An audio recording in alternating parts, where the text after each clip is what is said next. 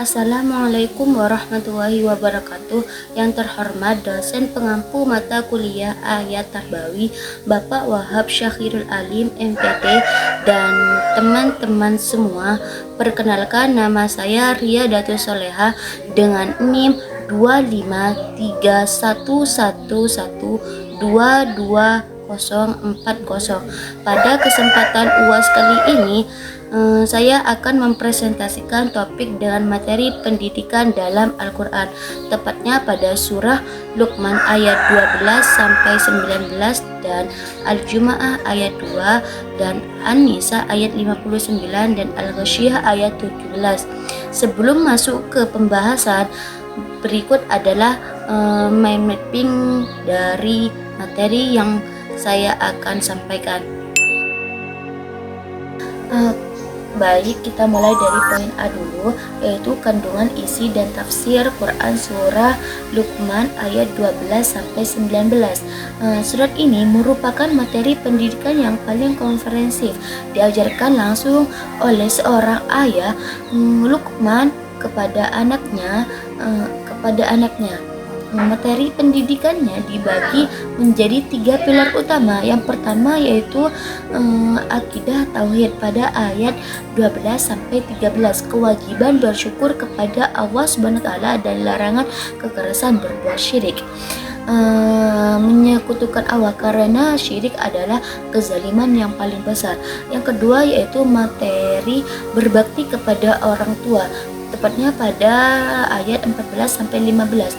Kewajiban berbakti kepada orang tua yaitu birrul walidain, terutama kepada ibu yang telah mengandung dan menyusui kita. Contoh adab kepada orang tua. Teman-teman, kita semua punya orang tua. Orang tua kita adalah orang yang sangat sayang dan berjasa kepada kita. Ada beberapa adab kepada orang tua. Yang pertama, hormat dan patuh. Kita harus hormat dan patuh kepada orang tua. Jika mereka minta kita melakukan sesuatu yang baik, seperti sholat, kita harus melakukannya dengan senang hati. Yang kedua, berbicara dengan lemah lembut. Saat bicara dengan abah dan umi, hindari nada kasar dan keras. Ucapkan kata-kata yang sopan. Yang ketiga, selalu mendoakan orang tua. Jangan lupa selalu mendoakan orang tua kita agar mereka selalu sehat dan bahagia.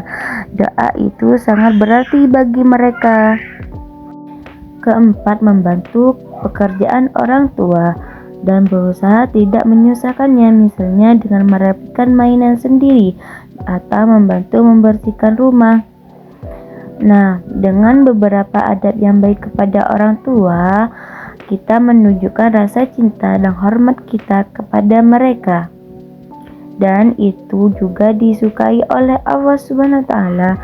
Yang ketiga yaitu pada ayat 16 sampai 19, akhlak sosial yaitu atau kepribadian, larangan sombong, angkuh dan memalingkan muka dari manusia, perintah untuk berjalan dengan bersahaja dan melunakkan suara. Materi syariat dakwah, tepatnya pada ayat 17, perintah mendirikan sholat, melaksanakan ma'ruf nahi munkar, mengajak kebaikan, mencegah kemungkaran, dan bersabar atas segala ujian yang Allah berikan kepada kita. Selanjutnya yaitu pada poin B, terdapat pada surah Al-Jumu'ah ayat 2.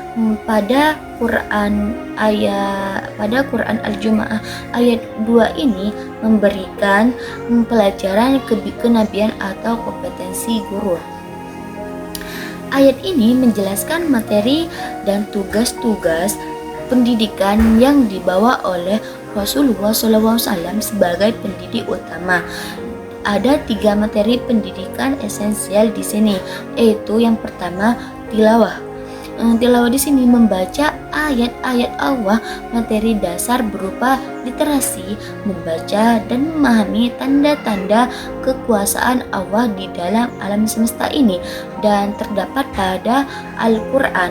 Yang kedua yaitu tazkiyah, penyucian jiwa, materi pendidikan karakter, mental dan spiritual untuk membersihkan hati dari penyakit hati dan mental dan akhlak tercela.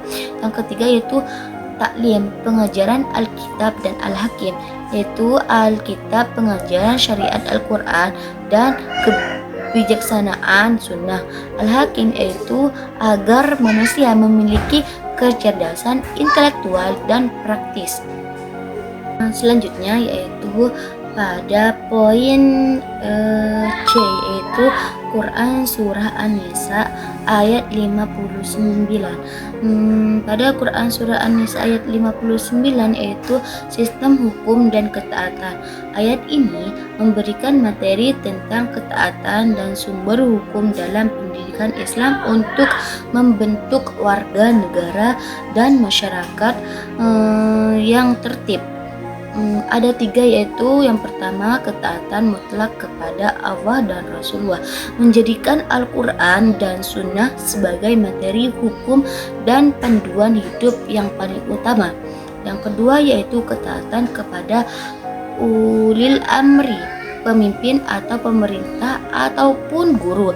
Materi ini materi tentang pentingnya disiplin, patuh pada aturan kelembagaan dan menghormati otoritas selama tidak bertentangan dengan syariat. Yang ketiga yaitu metode penyelesaian konflik,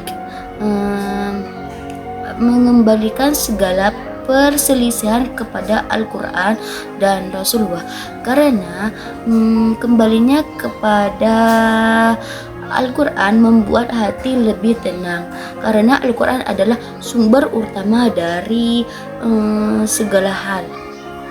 Yang terakhir yaitu pada Quran Surah Al-Ghasyiyah ayat 17 sampai 21 yang berisi tentang materi pendidikan saintis dan tadabbur alam.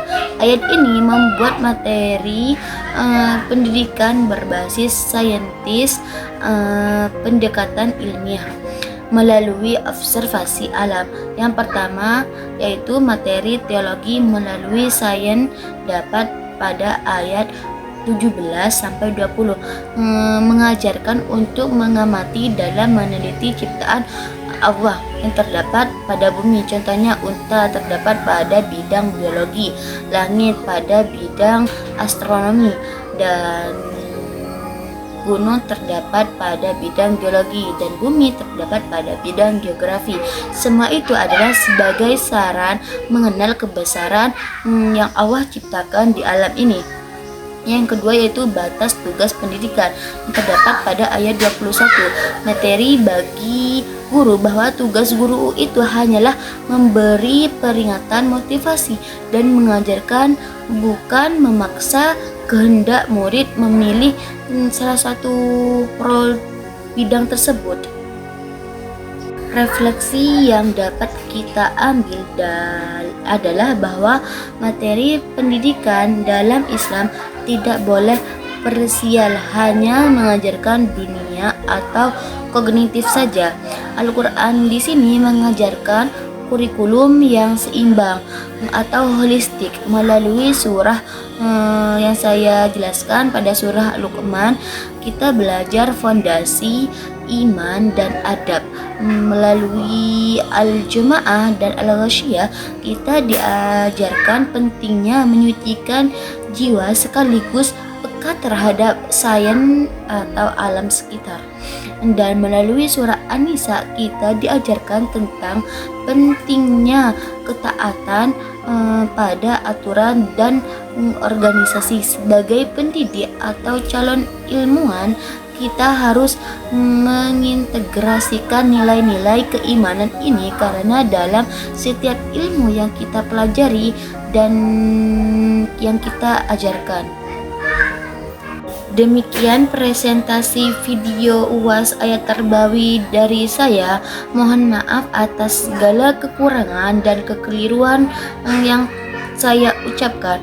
Terima kasih atas perhatiannya. Wassalamualaikum warahmatullahi wabarakatuh.